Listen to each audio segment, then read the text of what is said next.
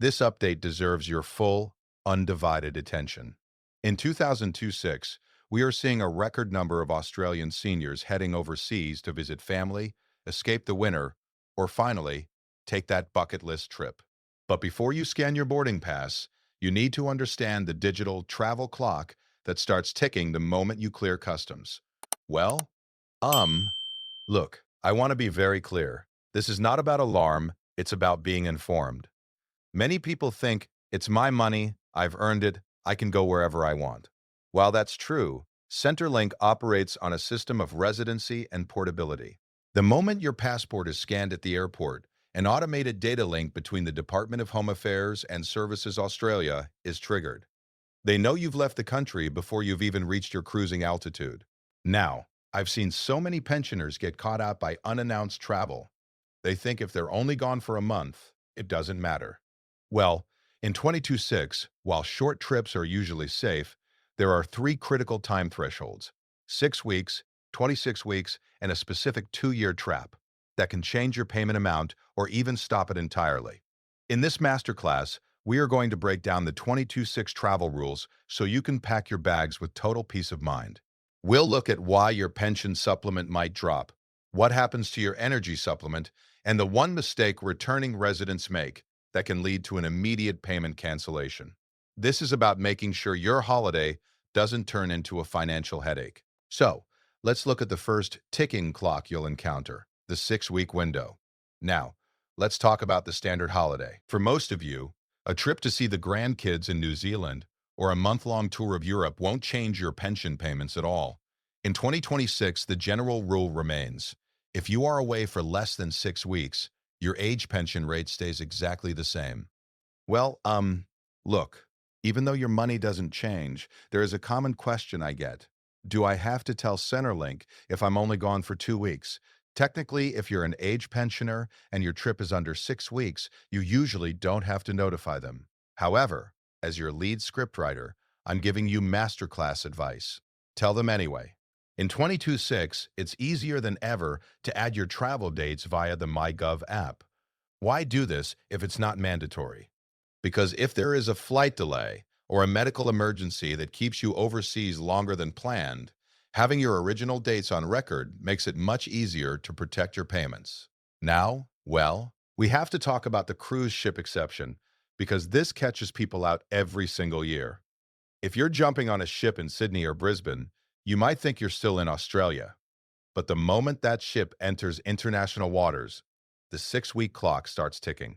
Even if you never step foot on foreign soil, say you're on a cruise to nowhere, Centrelink counts any time in international waters as being outside Australia. If your cruise is part of a longer holiday and that total time out of the country exceeds 6 weeks, you will see your supplements drop.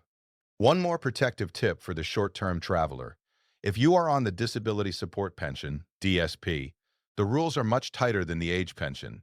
In 2026, most DSP recipients only have 28 days, 4 weeks of portability per year. If you're on the DSP and you're planning a 5-week trip, you need to speak to a specialist at Services Australia before you book, or you might find your payment suspended before you even get home. Now, this is where the 2026 travel rules get very specific, and if you aren't prepared, you'll see a hole in your travel budget that you didn't plan for. Well, look, I want to be very clear.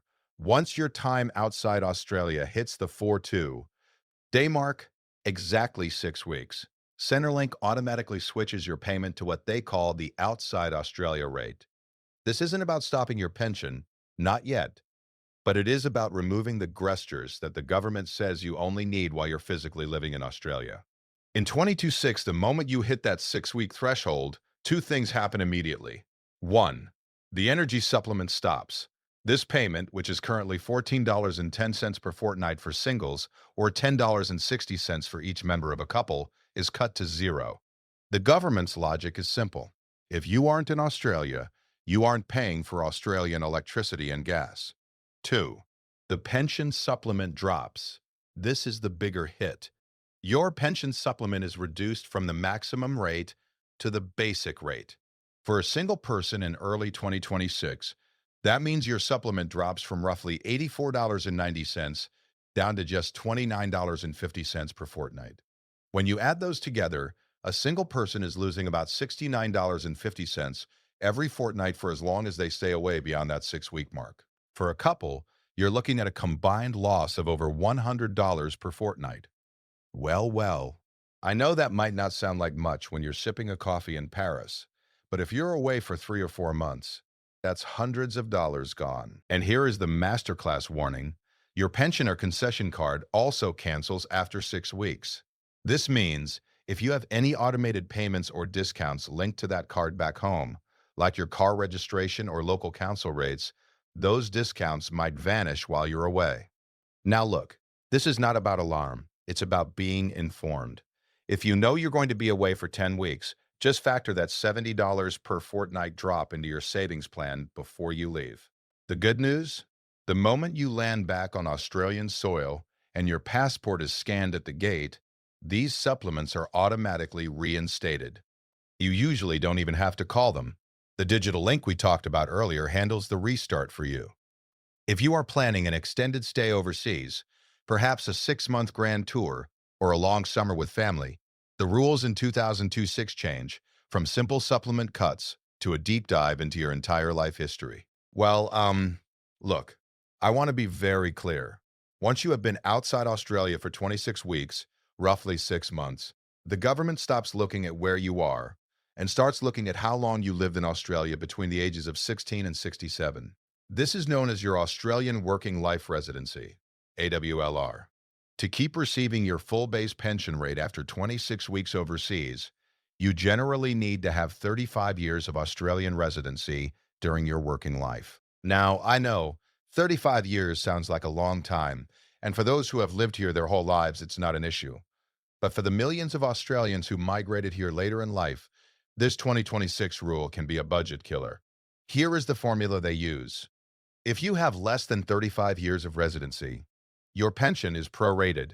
For example, if you lived and worked in Australia for 20 years before retiring, and you stay overseas for more than 26 weeks, your pension will be cut to 23/5 of the full rate.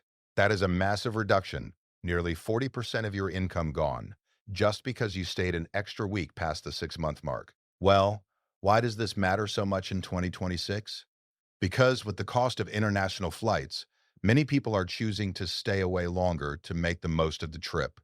But if you don't have those 35 years of residency under your belt, that 26-week is a financial cliff. My masterclass advice? Before you book a long-term stay, check your residency status in your MyGov profile or ask Centrelink for your AWLR count. If you're at 34 years and 11 months, staying away for 27 weeks could be a very expensive mistake. And remember, this 26-week clock restarts every time you return to Australia. You don't have to stay in Australia for long to reset it, but you must physically cross the border and have your passport scanned to stop that 26-week proportional rate from kicking in.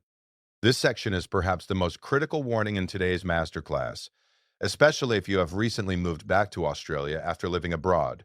In 2026, we are seeing a significant increase in returning residents, Aussies who spent 20 years in the UK, Europe, or Asia and have come home to retire.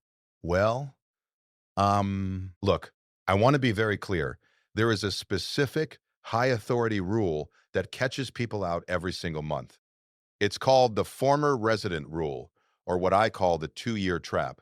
If you lived overseas, returned to Australia to resume your residency, and were granted the age pension, your pension is not portable for the first 2 years.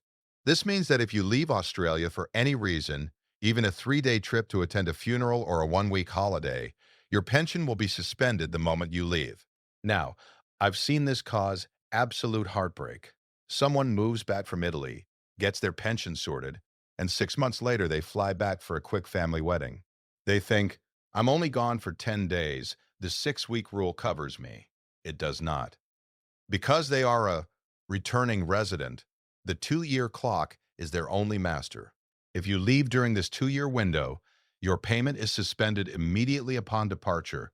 If you return within 13 weeks, your payment can usually be restored.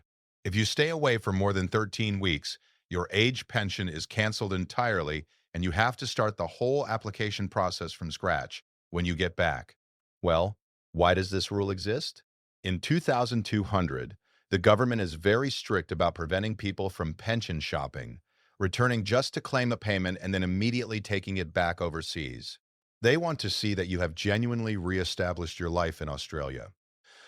Look, there is one small safety valve. If you travel to a country that has a social security agreement with Australia, like the UK, Canada, or many European nations, you might be able to keep your payment by switching to an agreement rate pension during your trip. But this is not automatic. You must speak to the International Services Department at Centrelink before you book your ticket. My masterclass advice?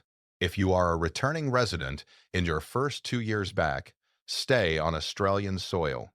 Explore the Blue Mountains, the Great Barrier Reef, or the Tassie Wilderness. Keep your passport in the drawer until that 24-month mark has passed. It is the only way to ensure your 2026 retirement income remains 100% secure. Well, we've covered a lot of ground today. The big takeaway for 2026 is that while the world is open for travel, your age pension operates on a digital travel clock that requires your respect and attention. Um, Look, as we wrap up, I want to leave you with a clear, three-step action plan to ensure your holiday doesn't result in a surprise letter from Centrelink. 1. Report via the app. Even for short trips, use the MyGov app to lodge your travel dates.